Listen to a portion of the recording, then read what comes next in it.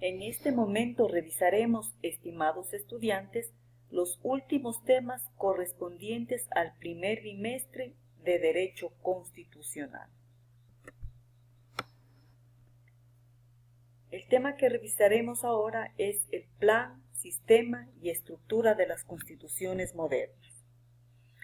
Bien, conocemos que la Constitución es un conjunto de normas supremas que se integran en forma ordenada en un solo cuerpo y en base a un sistema jurídico preestablecido y planificado. El sistema consiste en un ordenamiento lógico por materias, enlace o relación entre ellas y consecución a un mismo fin. Ejemplo, dentro de los derechos del buen vivir tenemos agua y alimentación, ambiente sano, comunicación e información, cultura y ciencia, educación, hábitat y vivienda, salud, trabajo y seguridad social. El plan determina la estructura formal, distribución en partes, títulos, capítulos, secciones, artículos, numerales, incisos.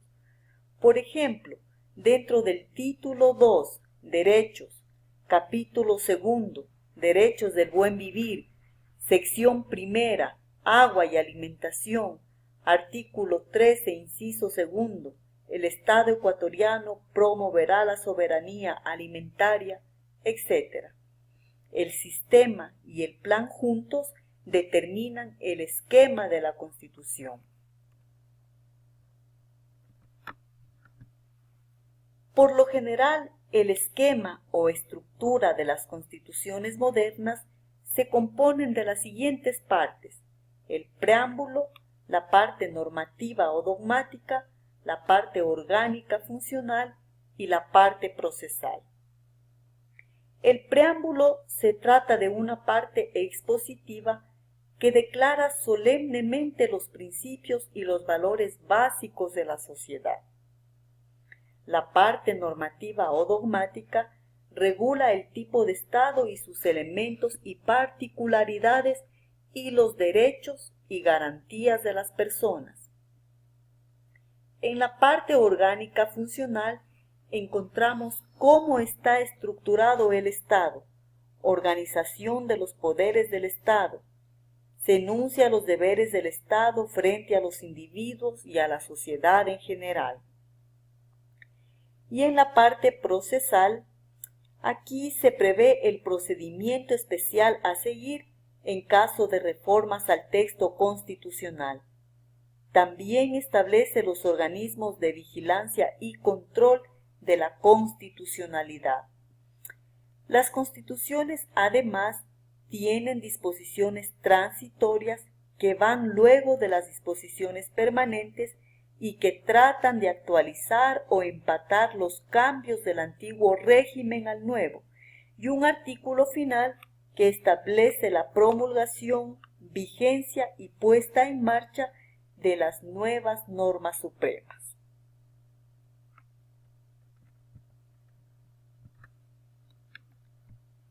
Revisemos ahora el axioma de fundamentalidad.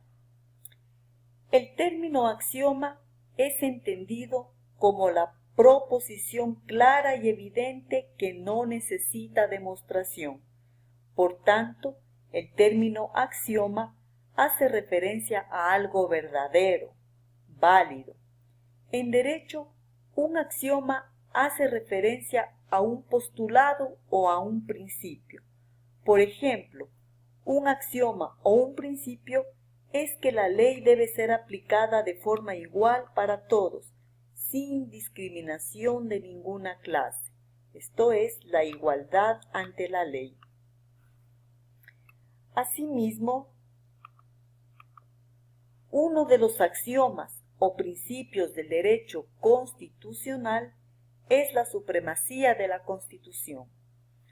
El título 9, Supremacía de la Constitución, capítulo 1, Principios, artículo 424, inciso 1 de nuestra Carta Magna, consagra que la Constitución es la norma suprema y prevalece sobre cualquier otra del ordenamiento jurídico. Las normas y los actos del poder público deberán mantener conformidad con las disposiciones constitucionales. En caso contrario, carecerán de eficacia jurídica. Como vemos, del mismo texto constitucional se extrae la supremacía de la Constitución, tal como lo acabamos de anotar. La Constitución se ocupa de asuntos fundamentales con respecto al orden jurídico de un país. Además, para poder reformar o enmendar la Constitución, se sigue un procedimiento especial extraordinario, distinto al de las leyes ordinarias. El artículo 441 de nuestra Ley Suprema establece claramente cómo debe realizarse este procedimiento cuando dice: la enmienda de uno o varios artículos de la Constitución que no altere su estructura fundamental o el carácter y elementos constitutivos del Estado, que no establezca restricciones a los derechos y garantías y que no modifique el procedimiento de reforma de la Constitución, se realizará 1. Mediante referéndum solicitado por la Presidenta o Presidente de la República o por la ciudadanía con el respaldo de al menos el 8% de las personas inscritas en el registro electoral.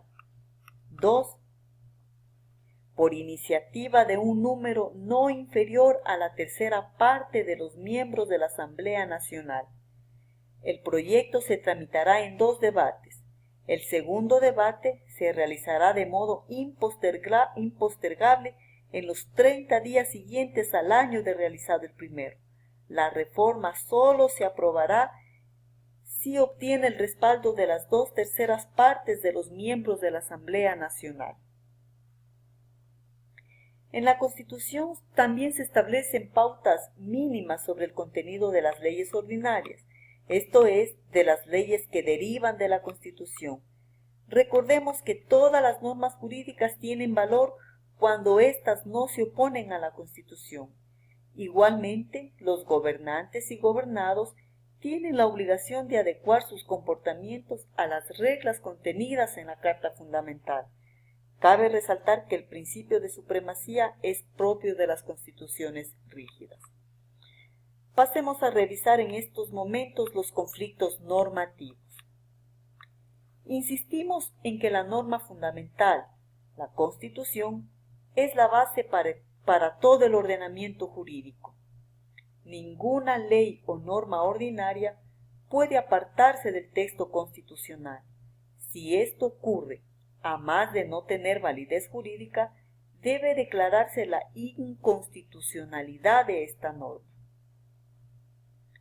Muchas veces nos podemos encontrar normas en conflicto que hay que resolver tomando en consideración algunos aspectos. Si se trata de normas del mismo nivel, la regla es que la norma posterior deroga a la anterior por lo general. En materia penal es diferente.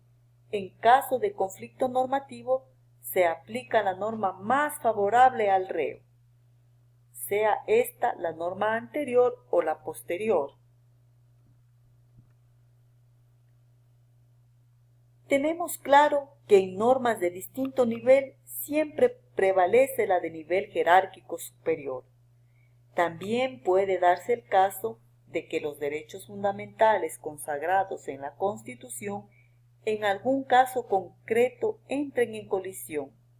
Según la doctrina, en este caso se debe aplicar el principio de proporcionalidad que establece hasta dónde hay que optimizar, es decir, ver la posibilidad de que el sacrificio de un valor no sea absoluto.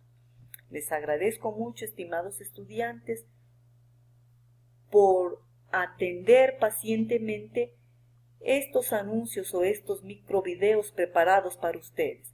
Con esto finalizamos, como dije, los temas correspondientes al primer bimestre y espero que cualquier inquietud sobre cualquiera de estos temas me lo puedan hacer llegar. Muchas gracias nuevamente por su atención.